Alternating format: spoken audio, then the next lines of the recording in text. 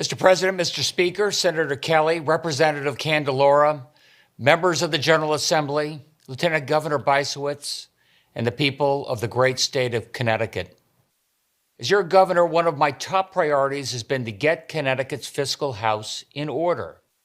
My first stop 2 years ago was the state's budget. For decades, Connecticut was defined by one fiscal crisis after another. Which is why when I spoke to you at my first budget address, I challenged us to pass an honestly balanced budget on time. The budget we passed together on a spring day rather than in the middle of an autumn night resulted in a small surplus in year one and, so far so good, a bigger surplus in year two. We did so without broad-based tax increases, without cuts to public services or cuts to our cities and towns, and we did so while building the largest budget reserve in our state's history. Despite a global pandemic which threatens every aspect of our society and economy, we stayed the course, weathering the storm, and our state has begun to find its economic footing.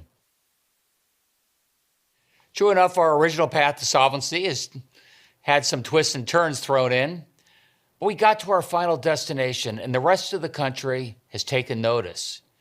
Yep, there's more work to do, but Connecticut has made significant progress in getting its fiscal house in order. Our budget is much more than a list of expenditures and revenues. Rather, it's a reflection of our shared values, as we are collectively deciding not only what we are funding, but why we are funding it.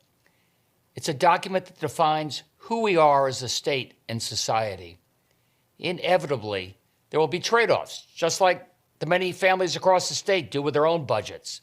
And just as those same families are managing and struggling through the economic implications of a global pandemic, so are we.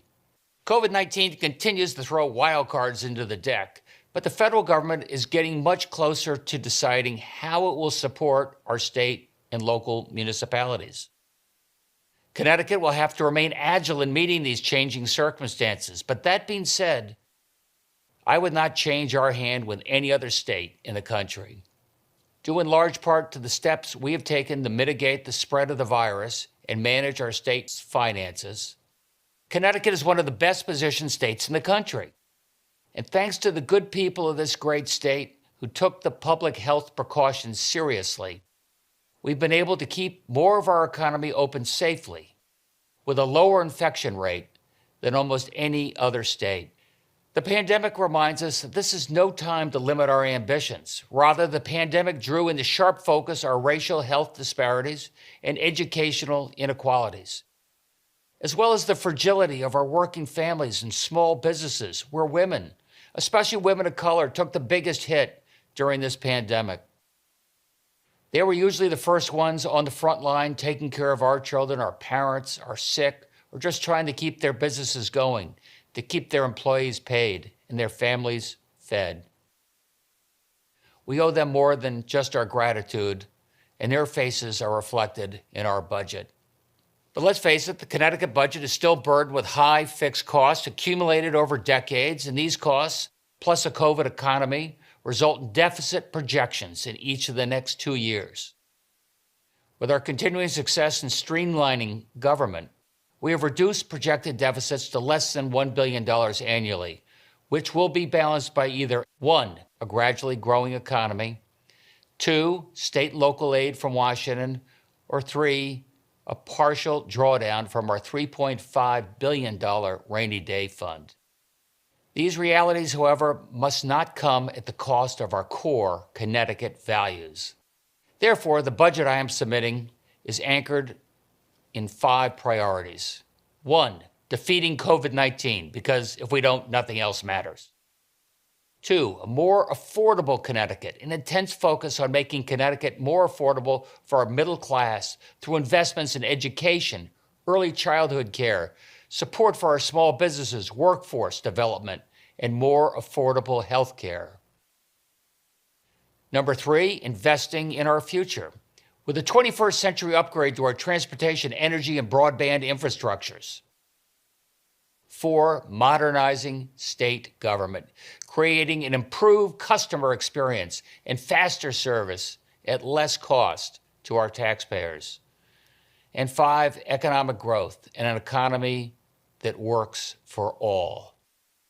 And as we accomplished 2 years ago, my budget achieves this without broad-based tax increases, reducing municipal aid, or cutting any existing services. These are commitments I will not break. As I have said, defeating COVID-19 is the top priority. We were also able to support the additional demand on our social services, allocating funding for nonprofit providers and nursing homes to provide stability and needed resources.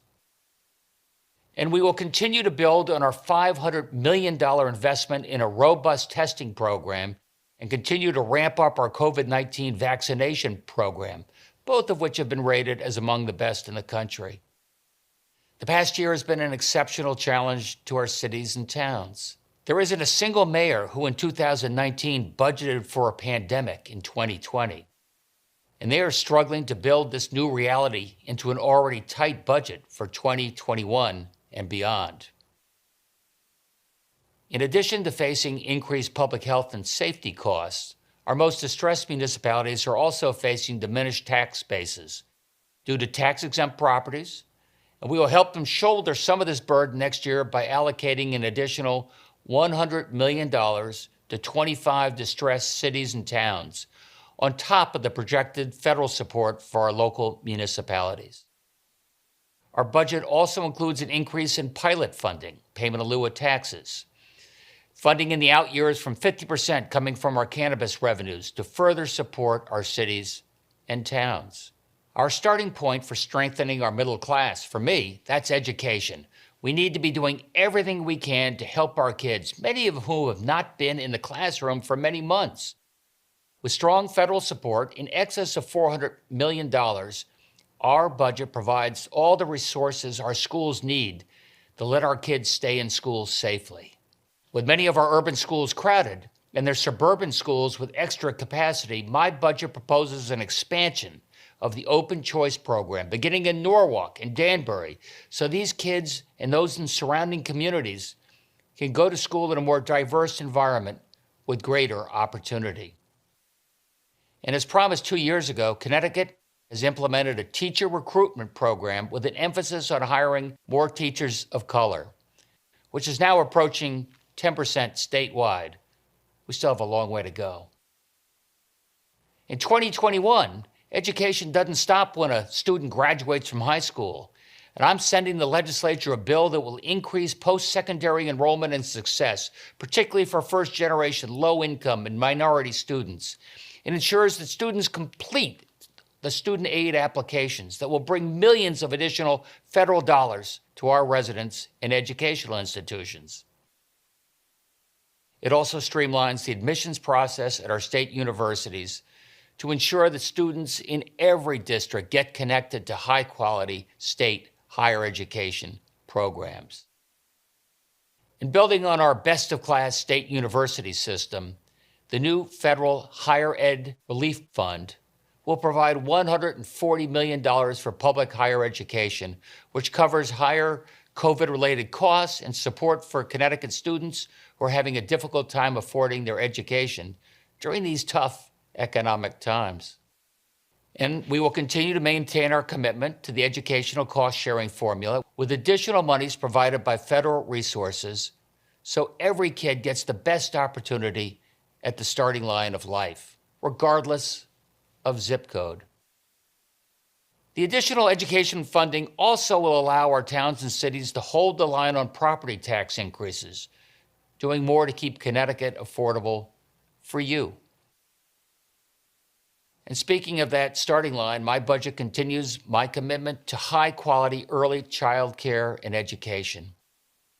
In order to ensure that Connecticut emerges from this pandemic with a stable, nation-leading system of early childhood education, we put our money where our mouths are and invested over $125 million in state, federal, and philanthropic funds over the last year alone. And state subsidies for child care hold down the costs for our working families allowing them to get back to work. One of the many lessons reinforced by this pandemic, the importance of our small businesses, not only to the economy, but to our communities. Small businesses are so much more than places of employment. They're the bedrock on which our towns and cities and our neighborhoods are built. So we used our state resources to do everything we could to keep our small businesses afloat during the pandemic until the federal Paycheck Protection Program could kick in, not once, but twice, with the hope that this time the vaccine will make the recovery more permanent. Our service sector, especially restaurants and bars, airlines and hospitality, they've been hard hit, which drives up unemployment and reduces tax revenues to the state. For this reason, in addition to the Paycheck Protection Program, over 10,000 of our businesses were recipients of $85 million in small business grants. This support provided a small shot in the arm to help our small businesses keep their doors open. This past summer, I announced the creation of business.ct.gov, an online one-stop shop where entrepreneurs can easily find information and complete everything required to start up and manage their businesses here in Connecticut. More than 44,000 new businesses were registered in the state last year, one of our best years ever. Last fall, I announced the formation of the Office of Workforce Strategy with a dedicated focus on the current and future workforce needs of the economy. As a state, we need to educate and train our workforce for these future opportunities. My proposed budget and supporting legislation reflects the continued commitment. Kelly Valeris, Connecticut's first Chief Workforce Officer, will serve as my principal advisor on workforce policy and strategy. Kelly and I will be working with our community colleges and the Connecticut State College and University system to build our certificate programs to provide the skill set for jobs which are in high demand for skilled workers, such as advanced manufacturing, coding, construction, nursing, digital media. The certificate program provides you with a path to a job at less cost in less time than a traditional degree. A high-quality workforce development program will ensure better outcomes for our state's residents and help our businesses to hire from and continue to grow here in the state. This is all the more necessary and urgent given how many of our residents have suffered from unemployment due to the COVID pandemic. We don't need COVID to remind us of the need for access to fast and reliable internet in Connecticut. President Joe Biden celebrated Connecticut for expanding access to education through the distribution of tens of thousands of devices and hotspots to bridge the digital divide for our school children. Our state was an early adopter of telehealth, allowing patients and providers the ability to access their doctors from the safety of their homes. We also embraced telecommuting, both across the private sector and state government. And what do they all have in common? The need for accessible, reliable, and high-speed internet. I am reminded of the saying, if you build it, they will come. When it comes to broadband, if you don't build it, they won't have a chance. I'm sending a bill to the legislature to provide expanded broadband access for those communities large and small which have been left behind in the digital revolution. Look, we're by no means certain how pandemics are accelerated by changes to our environment. Our environmental efforts will continue to be viewed through the lens of public health, new green jobs, and environmental justice, which means reducing our dependence on out-of-date energy solutions, such as coal and antiquated trash to energy plants, which are spewing pollution particulates into the air. This airborne pollution hits our urban communities the hardest, creating those same comorbidities which make you much more susceptible to disease and infections like asthma and COVID-19. As for our transportation infrastructure and funding, if the thinking had been, if it ain't broke, don't fix it, then that thinking needs to change. This is personal. Andy and I went over the Mianus River Bridge down at Greenwich a few hours before it collapsed a generation ago. So I know the Special Transportation Fund is broken and it needs to be fixed. This comes at the very time the federal government is ready to provide significant funding to streamline transportation systems. but only if our state can pay its share. The current state of our transportation fund keeps us from accessing these federal funds and risks our ability to fund infrastructure projects we desperately need to revitalize our economy. So I will propose two new sources of revenue that combined sustainably fund investments in Connecticut's infrastructure future. One, Connecticut can join the multi-state Transportation Climate Initiative, along with neighboring states like Rhode Island and Massachusetts, which will reduce carbon emissions while raising over $80 million for climate change and public transit investment throughout our state. Two, Connecticut can implement the tractor-trailer mileage-based fee, which is already in place in New York and Oregon. The mileage fee would raise $90 million annually and apply only to those larger, heavyweight trucks, which can cause the vast majority of the damage to our highways. Mayor Pete, our new transportation secretary, as well as top Republicans in Washington, support this approach to funding transportation investments. And this funding allows Connecticut to leverage $1 billion worth of projects over the next 5 years. With these two alternatives, we can maintain our project schedule to keep or bring our roads and bridges up to a state of good repair and speed up your commute. COVID-19 reminds us that healthcare is a human right and that we all have a stake in keeping our neighbors healthy. Healthcare savings continue to be a big driver in our effort to balance the budget without tax increases and make healthcare more affordable and accessible across the state. For our state employees and retirees, our push for more competitive pricing represents $89 million in savings in the current budget, $186 million in savings in the next biennium. The budget reduces the rate of growth in healthcare costs of active and retired state workers, driving down our fixed costs and saving the taxpayer dollars. Healthcare savings are also important to family budgets across Connecticut. Last September, working on behalf of those families, my administration reduced rate increases for 2021 and saved 200,000 residents nearly $100 million in health insurance costs. We need to do more to rein in costs. So working in concert with Massachusetts, my Affordable Care Package will limit price increases on pharmaceuticals, and our premium support, leveraged with significant federal dollars, will lower costs for all of our families and small businesses. Finally, we need to promote private sector innovation to make healthcare more accessible and affordable. Connecticut's insurance industry is rolling out new products that will save small businesses and young families money through smart plan design and 21st century personal technology, starting this year. 2 years ago, we repaired our frayed relationship with our hospitals, and the state immediately partnered with them in managing the pandemic, making sure that nobody was denied COVID-19 treatment.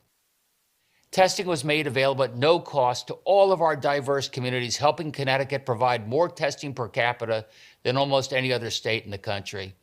And today, we're using that same testing model to make COVID-19 vaccinations widely available at hospitals, clinics, stadiums, as well as bringing the vaccine to our hardest hit communities. Improving our infrastructure is more than expanded broadband and streamlining transportation. And my administration worked throughout the pandemic with all of our agencies to ensure that they held the line on spending and planned for more efficiencies. We will continue to upgrade our outdated IT systems across state government, fulfilling my commitment of getting residents out of line and instead online to do business with the state. This also enables our state employees and agencies to provide better service for our taxpayers at less cost. For example, the Department of Motor Vehicles can now handle more services online, such as driver's license renewals. In our Department of Consumer Protections, we successfully moved 245 operational licenses online, representing about 80% of all state license renewals. Additionally, our continued focus on driving efficiencies and savings across 25 state agencies and departments has resulted in the successful consolidation of HR, personnel, technology platforms, so our state government can work together as one rather than 25 different fiefdoms. One of the many lessons learned over the last year was one taught to both the public and private sectors. Large-scale office space may be a thing of the past. While we're already moving in this direction, we have sped up the process of reducing the real estate footprint of state government, shedding extra capacity no longer needed with a technology-enabled workforce, and returning those properties to the municipal tax rolls. This past year, we successfully sold the large state-owned office building in Hartford and moved out of 2 others, which will also be sold and returned to the city's tax base. This helps our municipalities and the state by reducing the state's real estate footprint, returning these buildings to the tax base of the town and cities which host them, and eliminates the cost of operating them. Similarly, the state has excess capacity in prisons and nursing homes, which will result in further downsizing. We'll also continue to find similar savings by working together with our neighboring states. We went out to bid, for example, for offshore wind power at the same time last year, and that competition resulted in Connecticut securing a long-term power agreement, which was one of the lowest in the country. And now our neighboring states are offering recreational marijuana on a legal and regulated basis. Massachusetts dispensaries are advertising extensively here in Connecticut. And rather than surrender this market to out-of-staters, or worse, to the unregulated underground market, our budget provides for the legalization of recreational marijuana. These additional revenues will go to distressed communities, which have been hardest hit by the war on drugs. Half of the tax revenue should be allocated to pilot payments, in addition to the 3% local excise tax option. And importantly, my proposed legislation authorizes the automated erasure of criminal records for those with marijuana-related drug possession, convictions, and charges. Our neighboring states are moving forward with sports betting and iGaming, and Connecticut should not leave these opportunities for other states to benefit from our inaction. My administration has been in active negotiations with our tribal partners to bring the state's gaming economy into the digital age. And I am submitting legislation which reflects what I believe to be the best bet in ending this stalemate of inaction in a way which is in the best interests of the entire state. Over the last year, we've experienced a real estate boom in Connecticut, with tens of thousands of new residents discovering what they've always known, that Connecticut is a beautiful state with beaches, mountains, parks, all within a short drive from one another, great schools, which are more likely to be open and open safely, not to mention expanding job opportunities. In Hartford County alone, this past December saw a 50% increase in sold single-family homes compared to the previous December. In a similar trend all across the state, and one we must continue to support and encourage. I've always said we don't need more taxes, we need more taxpayers. And they are already paying dividends, as you can see by our balanced budget. We don't have the luxury of doing one thing at a time. There's too much at stake. While my administration will continue to be laser-focused on managing the COVID-19 crisis, we must focus on the light at the end of the tunnel. Every action we take in response to COVID-19 is in the interest of the economy and public health and safety. We must do so knowing exactly how it positions us on our shared path to continued fiscal health and broad-based economic opportunity for all of our citizens. And lastly, if our budget is a representation of our core values, we must make significant progress towards racial justice and equity, not as a single budget item, rather as a pervasive reach into all of our programs and priorities. At President Biden's inauguration, Amanda Gorman, the nation's first youth poet laureate, eloquently addressed the nation about racial justice. Her inaugural poem, The Hill We Climb, was a powerful recognition of the pain of our nation's past and the promise of its future.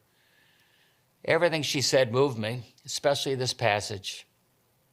We have learned that quiet isn't always peace, and the norms and notions of what is just isn't always justice. We're the land of steady habits, but that habit must include the never-ending struggle for a more just society. Throughout my budget, you will find significant focus on investments in education, housing, workforce development, healthcare, criminal justice reform, each intended to help us climb the hill that Amanda Gorman has challenged us to take. Our charge is bigger than beating back COVID-19. My challenge to you today is exactly what it was 2 years ago, and we're going to do this together. A budget that's on time, in time for our mayors, our superintendents, and the 500,000 students who don't want to waste their shot and make the most of a fresh start, all joining us in Connecticut's comeback.